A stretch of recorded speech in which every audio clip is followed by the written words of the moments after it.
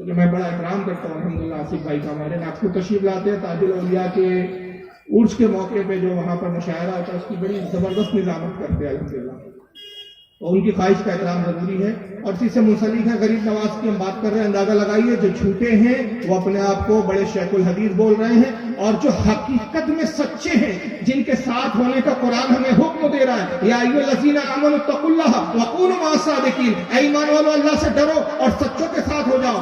ان سچے اولیاء کرام پر کیسی کیسی لعنتیں بھیجتے ہیں اور کیسے کیسے جھوٹ منسوخ کر کے نعوذ باللہ ان کو فتنہ فروغ کیا کیا نہیں بولتے ہیں، اس کی اگر آپ کو جھلک دیکھنا ہے یہ ایک جھلک دیکھ لیجیے آپ۔ درود شریف پڑھیں آپ، اللہم صلی علی سیدنا مولانا محمد عدد ما فی علم اللہ صلاۃ دائمۃ بدوام ملک اللہ صلی اللہ تعالی علیہ وسلم۔ یہ مولوی معراج ربانی غلط نہیں کیا کہتا ہے کہ ہمارے یہاں جو ملکوں میں یہ کہتے ہیں کہ جی خواجہ اجمیری نے پتہ نہیں ادھر سلام پھیرا تو 90 حقدار۔ اسی ویڈیو کی طرف آ رہا ہوں، میں نے وہاں بیچ کے چھوڑ کے جرجس کال نکال دیا تھا، اب اس کو سن لیجیے مکمل کیا کہا ہے آگے۔ اور مسلمان ہو گئے کہ جی خواجہ اجمیری نے پتہ نہیں ادھر سلام پھیرا تو 90 حقدار مسلمان ہو گئے، اور ادھر سلام پھیرا تو 90 کروڑ ادھر ہزار مسلمان ہو گئے۔ اس طرح صوفیوں نے سنتوں نے ہمارے دیش میں اسلام کو پھیلایا، کس ہے، جھوٹ ہے، بہتان ہے۔ یہ تو 5ویں 6ٹھی اور 7ویں صدی ہجری کے لوگ تھے جو پہنچے ہیں وہاں پر اور خرافات ہو گئے، اور بنو امیہ کے دور کے اندر کیا کہتے ہیں ساحل سندھ کے اوپر اور کہاں پورا اسلامی سلطنت ہو چکی تھی 2ری صدی ہجری کے اندر۔ یہ تو 6ٹھی صدی میں جا کر 6ٹھی اور 7ویں صدی میں جا کے ہندوستان میں انہوں نے شرک اور کفر کی بیجیں ڈالی ہوئی ہیں۔ یہ کہاں سے پیدا ہے، ان سے کہاں اسلام پہنچا پھیلا، ان سے اسلام بدنام ہوا ہے، ان سے اسلام کیا ہوا ہے۔ اگر وہ کتابیں جو ہمارے ملکوں میں بزرگوں کے نام پر چل رہی ہیں، جیسے مثلا وہی جو ابھی میں نے اجمیری خواجہ اجمیری کے نام کی جو کتاب بتلائی، وہ کتاب اب وہ ہے موجود ہے، اس کی پوری پرنٹ کاپی موجود ہے، میں نے صوفی اور شیطان والی فیس بک میں نے سب کو دکھلائی ہے، اس کے اندر موجود ہے۔ کشف المحجوب جیسی خرافات جو داتا گنج اجمیری کے نام سے یاد کیے جاتے ہیں، ان کی اپنی لکھی ہوئی کتاب میں دکھاؤں گا انشاءاللہ، اس کے اندر بھی خرافات جو موجود ہیں۔ اگر یہ عقیدے رکھنے والے یہ عقیدے وہ رکھتے تھے اور یقیناً یہ ان کی کتابیں ہیں، اگر یقیناً ان کی یہ کتابیں ہیں تو ہم تحریر دیکھ کر کے یہ حکم لگاتے ہیں یہ کسی مسلمان مومن کی تحریر نہیں بلکہ یہ کافر اور مشرک کی تحریر ہے۔ سمجھ آئیے آپ کو؟ یہ غریب نواز کی ایک مکتوبات ہے جو خواجہ بختیار کاکی نے جمع کی، اس کے تعلق سے بات کر رہا ہے، وقت نہیں کہ میں تشریح کروں۔ یہ ساری کتابیں الحمدللہ میرے پاس موجود ہے، اور اس کو 8 سال پہلے میں نے مناظرہ کیا تھا، باضابطہ وہ DVD اور CD اس تک پہنچائی گئی۔ اب آپ سوچ رہے ہیں تو سعودیہ میں رہتا ہے مناظرہ کیسا، یہ حیدرآباد آتا ہے ہمیشہ۔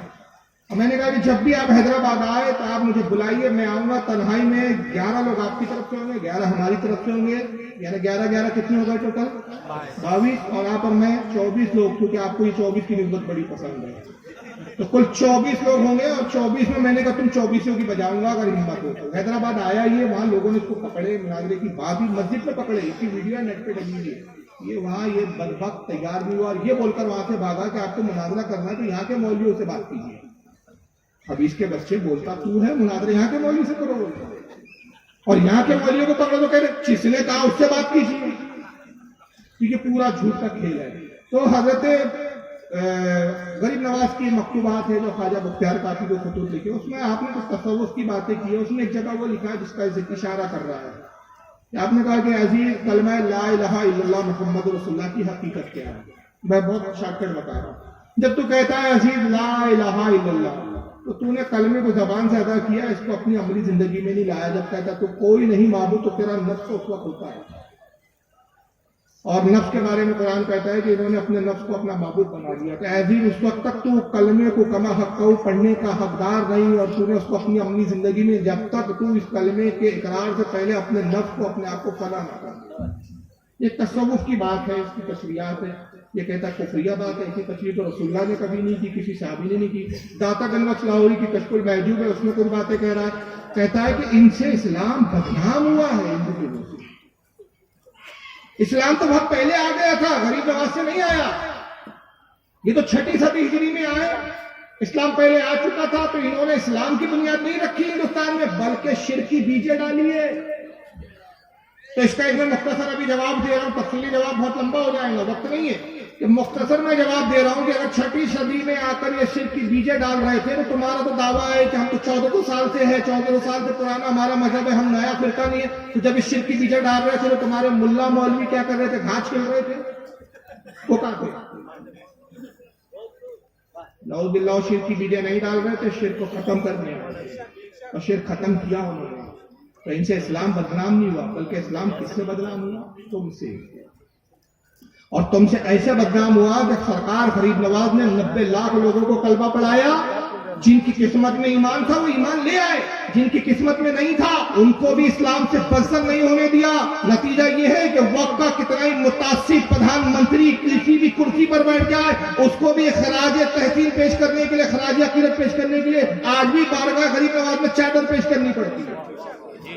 یہ ان کی حقانیت ہے، یہ ان کی تبلیغ کا اسلوب ہے، یہ ان کی تبلیغ کا طریقہ کار ہے کہ اگر اسلام لانے کی توفیق دی اللہ نے، آ جاؤ اسلام میں. توفیق نہیں تو کم از کم اسلام سے تو تم مخالف مت کرو، مسلمانوں کے مخالف نہ بنو. یہی وجہ ہے کہ آج بھی غیر مسلم جنہوں نے کلمہ نہیں پڑھا، جن کو توفیق نہیں، مگر آج بھی بارگاہ غریب نواز میں سر جھکاتے ہوئے نظر آتے ہیں.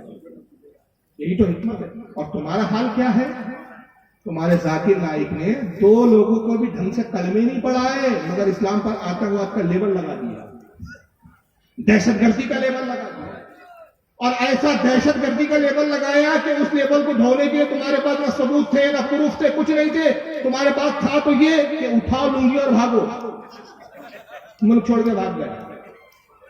اور جب اس کے بعد ذاکر نائک کی پراپرٹی کی تحقیقیں ہوئی، گورنمنٹ نے ریڈ ماری. یہ نیوز چینلوں پہ موجود ہے، آج بھی انٹرنیٹ پہ موجود ہے، میرے پاس سارے ویڈیو موجود ہے. اس کے گرگوں کو پولیس لوگوں نے پکڑا، سی بی آئی نے پکڑا جو اس کے گرگے تھے، اس کے ساتھ کام کرنے والے. اور جب ریڈ پڑی، پراپرٹی کی انکوائری، تو پتا چلا 2000 کروڑ کی پراپرٹی وہاں ہے، 1000 کروڑ کی پراپرٹی وہاں ہے، کئی ہزاروں کی پراپرٹی اس کی گورنمنٹ نے ضبط کی. اور پوچھا گیا کہ اتنا پیسہ نائک کے پاس کہاں سے آیا؟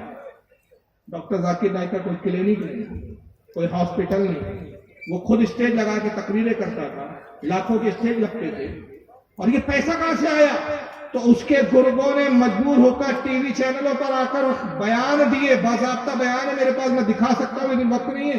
انہوں نے بیان دے کر یہ کہا کہ صاحب اصل میں پیسہ سعودیہ سے آیا، اور سعودیہ سے اس لیے آیا کہ آپ جو اکثر ذاکر نائک کے پروگرام میں دیکھتے تھے کہ 2 کھڑے ہوئے اور کہا کہ میں مسلمان ہونا چاہتا ہوں. پھر نائک صاحب نے پھر کوئی ڈر، کوئی خوف، کسی کا دباؤ نہیں، کہ کلمہ پڑھایا، اس کی DVD بنا دی جاتی تھی، اس کی CDیاں بنائی جاتی تھی، اور اپنے سعودی آقاؤں کو دکھایا جاتا تھا کہ دیکھو صاحب ذاکر نائک اس وقت ہندوستان میں کتنا بڑا کام کر رہے ہیں، ان کو پیسوں کی مدد کیجیے.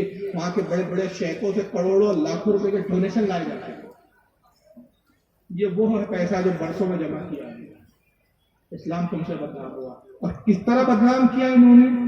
بزرگوں کے تو چھوڑو، یہ کیا ہوتے، جس نبی کی حدیث کا نام لیتے ہیں یہ اس رسول کی نہیں ہو سکے. چنانچہ میں آپ کو دکھا رہا ہوں، یہ ابھی بھی زندہ ہے، مرا نہیں ہے بھائی. اس کا نام ہے عبدالعزیز الشبل، سعودیہ کا اس وقت مفتی ہے. اس بدبخت نے 2014 میں، ابھی چل رہا ہے 2021، یعنی کتنے سال ہو رہے ہیں؟ صرف 7 سال ہو رہے ہیں. آپ کیلکولیٹ کریں. 2014 میں اس نے فتویٰ دیا. کنگ عبداللہ اس وقت بادشاہ تھا، کنگ عبداللہ مرا، اس کی جگہ بھی اس کا بھائی کنگ سلمان بیٹھا ہے، اور سلمان بھی بنا میں بادشاہ ہے، اس نے اپنے بھتیجے کو سارا اقتدار دے رکھا ہے. اسے یہ پوزیشن ہے سعودی عرب کی. کنگ عبداللہ کو اس نے ایک فتویٰ دیا، تحریر دیا، اور کہا کہ کنگ عبداللہ آپ اسلامی مملکت کے بادشاہ ہیں، ہم تو آپ کو امر المومنین کہتے ہیں، امر المومنین مانتے ہیں. آپ کو چاہیے کہ اللہ نے جب اقتدار دیا تو محمد ابن عبدالوہاب نجدی کے فتوے پہ عمل کیجئے. یہی وہ وقت ہے کہ عمل کیا جائے. اور فتویٰ یہ تھا عبدالوہاب نجدی کا کہ رسول اللہ کے مزار کو اور گنبد کو ڈھا دو، اس لیے کہ یہ بھی شرک کا اڈا ہے. محمد ابن عبدالوہاب نجدی نے اپنی کتابوں میں لکھا یہ بات کہ رسول اللہ کے روضے کو دیکھنا بت کو دیکھنے کی طرح. ابن تیمیہ کی کتابوں میں لکھا ہے، الوسیلہ، کتاب الوسیلہ وغیرہ میں، کہ حضور کی قبر سے شیطان آوازیں نکالتا ہے.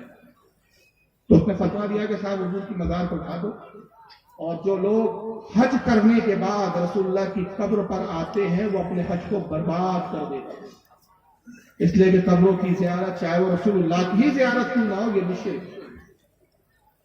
اب ہوا کیا کہ یہ فتویٰ جب اس نے دیا تو ایوان جو ہوتا ہے پارلیمنٹ ہاؤس ہوتا ہے جو سعودیہ کا وہاں پر اس فتوے کو پیش کیا جائے پڑھا جائے.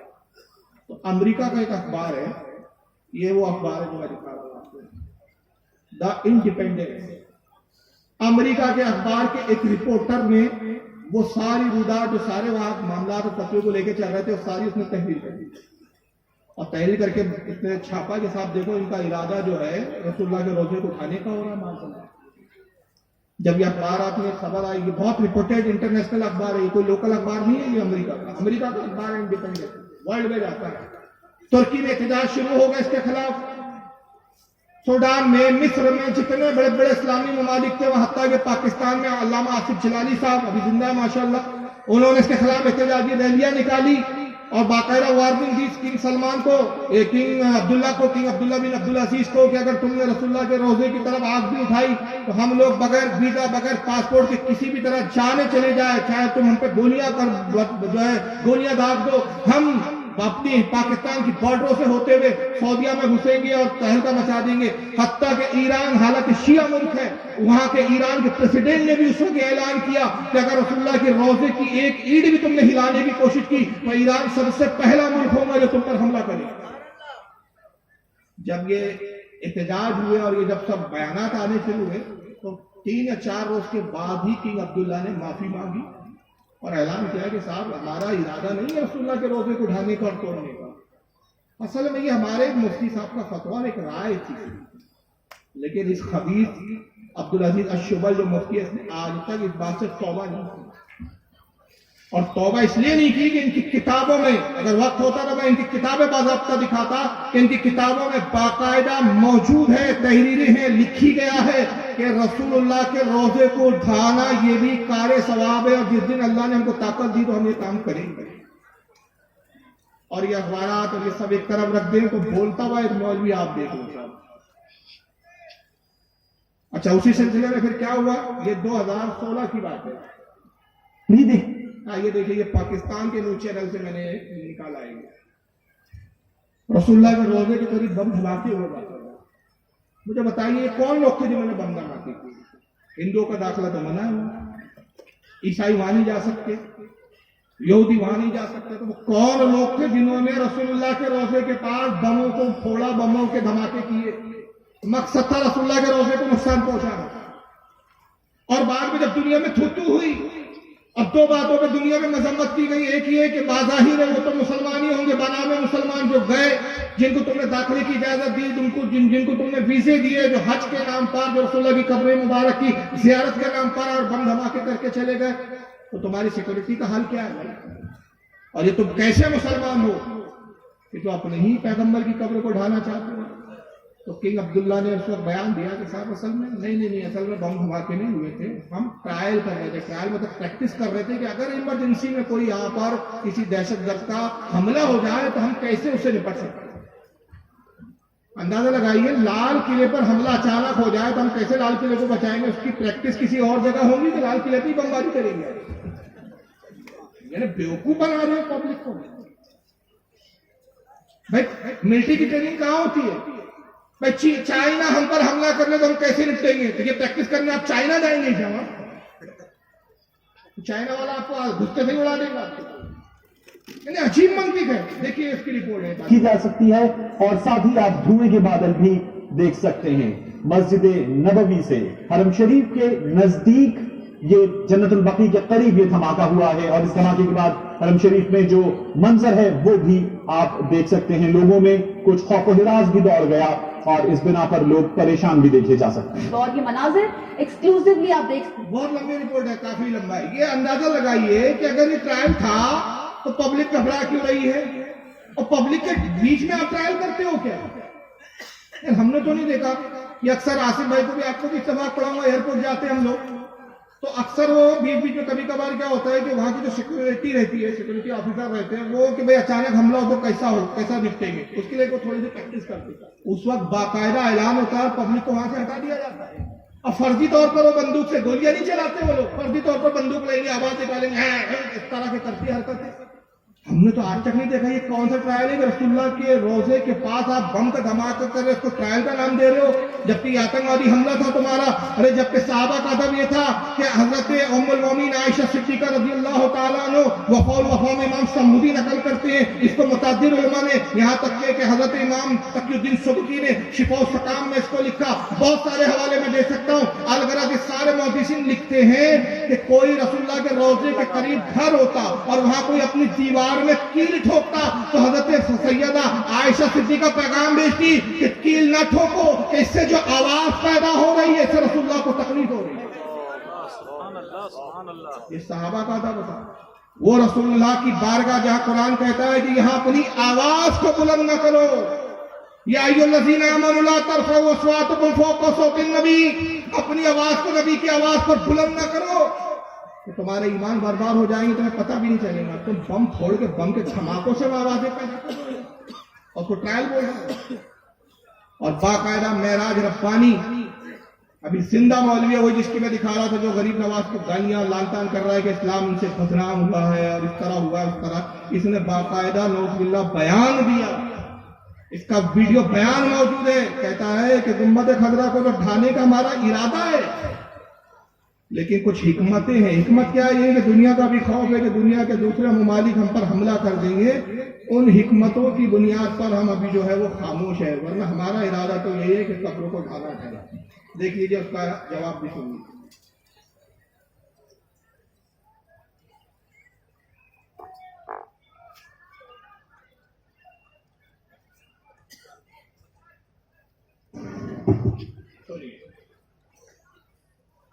کیا فرماتے ہیں علماء دین اس مسئلے میں کہ قبروں کو پختہ مضبوط بنانے میں پختہ و مضبوط سے مراد اندر سے یا اوپر سے مچھی بنانے یا گنبد بنانے میں اکثر کا قول ہے کہ حرام ہے، جس پر بعض حضرات کا کہنا ہے کہ جب پختہ و مضبوط بنانا اور گنبد بنانا حرام ہے تو پھر رسول اللہ صلی اللہ علیہ وسلم کی قبر اطہر پر کیوں گنبد بنائی گئی ہے، کیوں اس کو توڑا نہیں جاتا، کیوں اس بارے میں کچھ نہیں کہا جاتا؟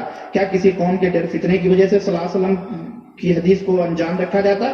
اگر کوئی ہیلا بیان کیا جائے تو برے علماء اپنے اپنے ہیلے بیان کریں گے، ہر علماء اپنے اپنے ہیلے بیان کریں گے. کیا حضور صلی اللہ علیہ وسلم کے لیے کوئی خصوصیت؟ حضور صلی اللہ علیہ وسلم کے لیے کوئی خصوصیت نہیں. اور یہ گنبد بنانے والے یہ بدعتی شریفی تھے اور یہ 7ویں صدی ہجری اور 6ٹھی صدی کے آخر میں یہ گنبد تعمیر ہوئی اور اس کے اوپر پہلے بلو کلر تھا، پھر ترکیہ حکومت نے اس کے اوپر گرین کلر لگایا جس کو گنبد خضرا کہا جاتا ہے. تو اس کے توڑنے کا حکم اللہ کے رسول صلی اللہ علیہ وسلم نے دیا ہے، بے شک دیا ہے. اور چونکہ اس میں ایک فتنے کی بات ہے اس لیے اس سے روکا گیا ہے. رکی ہوئی وہ بات انشاءاللہ تعالیٰ وقت آئے گا تو وہ بھی ٹوٹ جائے گا، اس میں کوئی مسئلہ نہیں ہے. انشاءاللہ تعالیٰ وقت آئے گا تو وہ بھی ٹوٹ جائے گا، اس میں کوئی مسئلہ نہیں ہے، کیونکہ اللہ کے نبی نے فرمایا ہے کہ قبروں کے اوپر پختہ عمارتیں اس طرح کی تعمیر کرنا یہ حرام ہے. اچھا ایک عجیب بات ہے، حضور صلی اللہ علیہ وسلم نے گنبد وغیرہ توڑنے کا حکم دیا اور یہ گنبد بنا کب؟ 600 ہجری میں. تو رسول اللہ کا تو علم غیب ثابت ہو گیا کہ 600 سال پہلے ہی فرما دیا. عجیب وہابی پھر گیا، تبصرے کا واقعہ نہیں ہے. بس اتنا میں دکھانا مقصود تھا کہ ان کے ارادے دیکھیں. بزرگان دین کی مزاروں پہ بم دھماکے کیے گئے اور رسول اللہ کے روزے پہ بم دھماکے کیے گئے اور حضور صلی اللہ علیہ وسلم کے روزے کو گنبد خضرا کو ڈھانے کا آج بھی ان کا ارادہ ہے. کہتے ہیں وقت آئے گا تو بھی انشاءاللہ ٹوٹ جائے گا. ابھی کچھ باتیں ہیں تو حکمت کی وجہ سے بات ہوتی ہے، مطلب وہ دنیا کے دوسرے ملک ہم پہ نہ ٹوٹ پڑے. جو قوم اپنے نبی کی قبر کو مٹانے کا ارادہ رکھتی ہے وہ فرقہ وہ جماعت کیسے حق کرے؟ اگر اس کے بعد بھی ہماری عقل کام نہیں کر رہی ہے تو پھر واقعی ہم پاگل ہو چکے ہیں یا ابلیس ہمارے دلوں پر قبضہ کر چکا ہے اور ابلیس نے ہم کو پوری طرح گھیر لیا. اب بھی اگر ہم واقعی فرقے کو نہیں کر رہے، یاد رکھیے نماز پر اختلاف نہیں ہے ہمارا ان سے، حج و زکوٰۃ پر اختلاف نہیں ہے ان سے ہمارا، تبلیغ دین پر اختلاف نہیں ہے. اختلاف اگر ہے تو توحید رسالت پر، توحید اولیاء پر. اور جو ہمارے نبی کا نہیں ہو سکتا، جو ہمارے اولیاء کا نہیں ہو سکتا تو پھر وہ ہمارا نہیں ہوگا. تو آج میرا مقصد جو تھا آپ سمجھ گئے ہوں گے، بولنے کا وقت نہیں ہے. 2 سوال آئے ہیں، میں اس کا اختتام کر کے بس رخصت ہوں گا، ورنہ پھر سوچیں گے کہ جواب نہیں دیا. سوال بہت اچھے، اس پہ بولنے کی ضرورت ہے اس وقت. پہلا سوال یہ کہ ایک عام مسلمان کو مذہب اسلام کی معلومات کم سے کم کتنی ہونی چاہیے اور قرآن و حدیث کے حوالے سے بیان کریں. اگر قرآن و حدیث کے حوالے دوں گا تو وقت ہو جائے گا. حدیث میں یہ آیا، اللہ کے نبی نے فرمایا طلب العلم فریضۃ علی کل مسلم و مسلمہ. کہ علم دین کا حاصل کرنا ہر مسلمان مرد اور عورت کا اعلیٰ حضرت فاضل بریلوی نے اس حدیث کی بڑی پیاری تشریح کی. اس کا مطلب یہ نہیں ہے کہ ہر شخص عالم دین بن جائے اور ہر شخص مدرسے میں جائے. عالم دین بننا فرض کفایہ ہے. کوئی بستی میں اگر ایک بھی عالم ہے تو سب بڑی ہوتی ہے، اور بستی میں اگر ایک بھی عالم نہیں تو سارے بستی والوں پر گرتے ہیں. بلکہ علامہ نقی علی خان رحمت و رضوان جو عالم کے والد ہے، اپنی کتاب تفسیر سورہ عالم نشرہ میں ایک حدیث پاک نقل کرتے ہیں کہ اللہ کے نبی نے فرمایا جس بستی میں عالم دین نہ ہو اس بستی میں رہنا حرام ہے. اس لیے کہ جب عالم نہیں ہوگا تو آپ دین کی رہنمائی کس سے لیں گے؟ گمراہ ہو جائیں گے. تو سب کو عالم بننا ضروری نہیں ہے، لیکن ہر مسلمان پر اتنا علم حاصل کرنا ضروری ہے کہ عالم فرماتے ہیں کہ جیسے جیسے اس کی عمر گزرتی ہے اس پہ کچھ علوم کا حصول، کچھ علم حاصل کرنا فرض ہوتا جاتا ہے. مثلا جیسے ہی بالغ ہوا تو پاکی اور ناپاکی کے مسائل اور نماز وغیرہ کے مسائل جاننا فرض ہے. بالغ ہوا تو کیا فرض ہو گیا اس پر کہ اتنے مسائل، اتنا علم حاصل کرے گی کن چیزوں سے غسل واجب ہو جاتا ہے، فرض ہو جاتا ہے، کن چیزوں سے جو ہے وضو ٹوٹ جاتا ہے، نماز میں کیا پڑھنا چاہیے کیا نہیں پڑھنا چاہیے، نماز کن چیزوں سے حاصل ہو جاتی ہے. یہ علم حاصل کرنا، نماز پڑھنے کا طریقہ سیکھنا یہ فرض ہے. اب شادی ہوئی تو میاں بیوی کے تعلق سے بیوی کے حقوق، والدین کے حقوق یہ جاننا اس سے فرض ہوگا. بچے ہوئے تو بچوں کی تربیت کیسے کرے، بچوں کا معاملہ کیسا رکھے، وہ علم حاصل کرنا فرض ہو گیا. تجارت کر رہا ہے تو تجارت کے معاملات میں علم حاصل کرنا فرض ہو گیا. یعنی اس کی جتنی ضرورت ہے اتنا علم حاصل کرنا اس پر فرض ہے. اب یہ نہیں ہے کہ ہر شخص باقاعدہ بیٹھے اور عربی سیکھے اور حدیثیں پڑھے اور پھر قرآن خود ہی سے پڑھے. نہیں، یہ علم دو طریقے سے آپ حاصل کر سکتے ہیں. ایک کتابیں ملتی ہیں اس طرح کی، اور دوسرا یہ کہ علماء کی صحبت میں رہ کر علماء سے بھی سیکھ سکتے ہیں آپ. دوسرا سوال یہ ہے کہ آج کے دور میں اپنے سنیت کو بچائے رکھنے کے لیے امام محمود رضا فاضل بریلوی علیہ رحمۃ رضوان کا دامن تھامنا کیوں ضروری ہے؟ اس لیے ضروری اصل میں کہ اعلیٰ حضرت کا اس صدی میں سب سے بڑا کارنامہ یہ ہے کہ جتنے عقائد رسول اللہ نے ہمیں صحیح عقائد دیے اور صحابہ نے جن عقائد پر عمل کیا ان سارے عقائد کا احاطہ اعلیٰ حضرت نے اپنی کتابوں میں کر دیا. یا دوسرے لفظوں میں کہوں کہ مسلک امام اعظم ابو حنیفہ، مسلک شافعی، مسلک حنبلی، مسلک مالکی، ان چاروں مسالک کی ترجمانی کا نام مسلک اعلیٰ ہے. سبحان اللہ سبحان اللہ. یہ چھوٹے جملے میں، یا اور اگر مسلک اعلیٰ حضرت اور اعلیٰ کی تعلیم کی ضرورت اس کو ایک جملے میں اگر میں سمیٹ دوں، یعنی پوری تقریر کا ایک جملے میں سمیٹ رہا ہوں کہ رسول اللہ کی محبت اصل ایمان ہے. اصل ایمان کیا ہے؟ رسول اللہ کی محبت. اور حضور کی حدیث ہے صحیح بخاری حدیث نمبر 14 کتاب الایمان، آقا فرماتے لا یؤمن احدکم حتی اکون احب الیہ من والدہ وولدہ والناس اجمعین. تم میں اس وقت تک کوئی مومن نہیں ہو سکتا جب تک وہ مجھ سے اپنے ماں باپ سے زیادہ، اپنی اولاد سے زیادہ، اپنے بہن بھائی رشتہ داروں سے زیادہ مجھ سے جب تک محبت نہ کرے وہ مومن ہو ہی نہیں سکتا. مومن ہونے کی شرط اول کیا ہے؟ رسول اللہ سے ماں باپ اولاد بہن بھائی سب سے پوری دنیا جہان سے زیادہ، سب سے زیادہ محبت. تو اعلیٰ حضرت کی تعلیمات کیا ہے کہ منشاء الہی کے مطابق، ایک جملے میں بات کر رہا ہوں، منشاء الہی کے مطابق رسول سے محبت کرنا یہ مسئلہ کیا ہے. تو اعلیٰ حضرت کی تعلیم اس صدی میں بہت ضروری ہے. ان کی تعلیمات سے وابستہ ہونا، انہوں نے کیا عقائد اسلام کے بیان کیے اس کو جاننا. اگر وہ جانیں گے تو آپ حقیقی معنوں میں اسلام پر ہے. ورنہ حنفی تو بہت پھر رہے ہیں، شافعی نام بھی ٹائٹل لے کے بہت گھوم رہے ہیں، مگر جب عقیدہ جھانکو تو آپ کو حنفیوں میں بہت سے وہ حنفی مل جائیں گے کہ اپنے آپ کو حنفی بول رہے ہیں اور کہہ رہے رسول اللہ مر کر مٹی میں مل گئے. اپنے آپ کو حنفی بول رہے ہیں، کہتے رسول اللہ بڑے بھائی کی طرح. نام کے آگے اپنے حنفی لکھ رہے ہیں، کہتے رسول کا علم جانور اور پاگلوں کی طرح. بہت سے شافعی مسلک مل جائیں گے، اپنے آپ کو شافعی کہتے ہیں، اور جب پوچھو تو کہتے ہیں اللہ کا جسم بھی ہے، اللہ عرش کے اوپر بیٹھا ہوا ہے، جسم کے بھی قائل ہے. بہت سے حنبلی مل جائیں گے، وہ بھی اس طرح کے خرافات. تو ایسے مل سکتے ہیں، لیکن جب مسلک اعلیٰ حضرت ورڈ بول دیا، یہ اعلیٰ حضرت کی تعلیمات کی آپ نے ضرورت کو محسوس کر لیا، تو سمجھ میں آ گئے کہ سارے بددینوں سے آپ علیحدہ ہو. اس لیے اس صدی میں اعلیٰ حضرت کی تعلیم کو جاننا، آپ کے مسلک کو سمجھنا ضروری ہے. اللہ تعالیٰ آج کی بزم کو قبول فرمائے. جو کچھ بیان ہوا اس پر عمل کی توفیق عطا فرمائے. کہنے اور بولنے سننے میں کوئی لرزش غلطی ہو اپنے حبیب کے صدقے میں معاف فرمائے. انشاءاللہ اللہ نے چاہا تو پھر کبھی حاضر ہو